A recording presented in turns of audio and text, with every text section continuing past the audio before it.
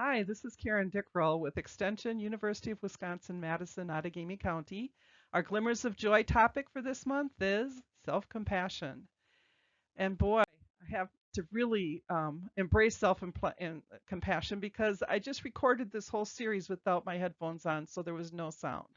So I have to forgive myself. Self-compassion means being warm and understanding toward ourselves when we suffer, fail, or feel inadequate rather than flagellating ourselves with self-criticism. Yeah, I did the whole little message and no sound. But here we are. There's three components to self-compassion. The first is self-kindness, the second is common humanity, and the third is mindfulness. So I'll just explain those a little bit more for us today. The first one is self-kindness, of the ability to be warm and understanding towards yourself when you fall short of your goals, and to soothe and nurture yourself when you're confronted with pain rather than getting angry with yourself. It's that ability to respond to yourself as you would respond to a friend, like, it's not the end of the world, we'll move on.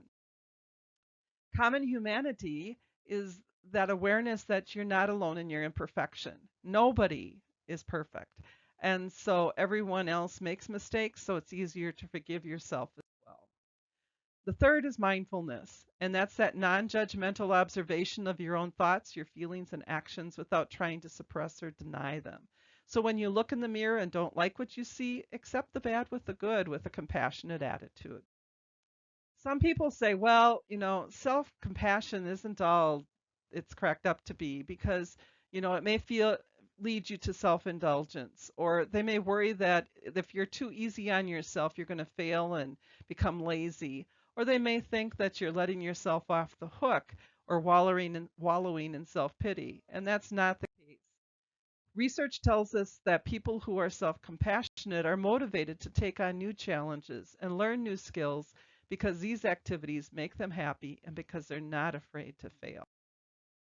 So, some of the key elements and benefits of self compassion: forgive yourself, get back on track, start to reach those goals again, set the stage for better health, for enhancing your relationships and just well being.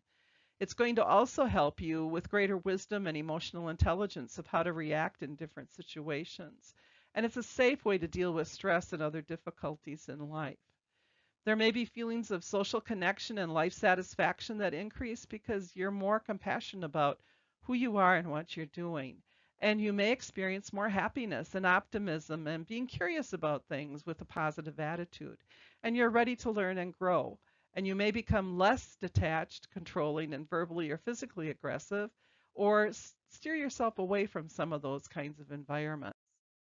Is self-compassion learned? Well, for some people, self-compassion comes naturally, but others of us need to learn the skills. So some of the things you can do: treat your body well, eat good food, get your rest, maybe get a massage, take a walk.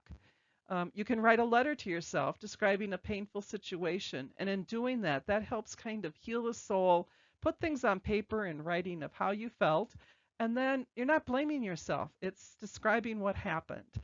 You don't have to give that to anyone. In fact, you could tear it up or put it in a bonfire when you're done. It just makes you feel better putting it out on paper. Give yourself encouragement. What would you tell a friend if they were going through what you're going through? And be kind to yourself and practice that mindfulness. Read more. So if you want to have people that you know reach out to Glimmers of Joy, this is how they can sign up for Glimmers of Joy.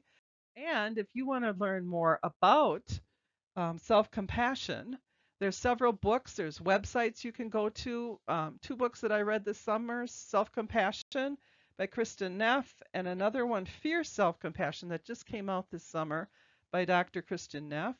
And I even got brave and sent an email off to her asking her for how she would do a book study of the books that she's read. And her assistant sent me some great questions, and I've included that in the email for today's uh, Glimmers of Joy.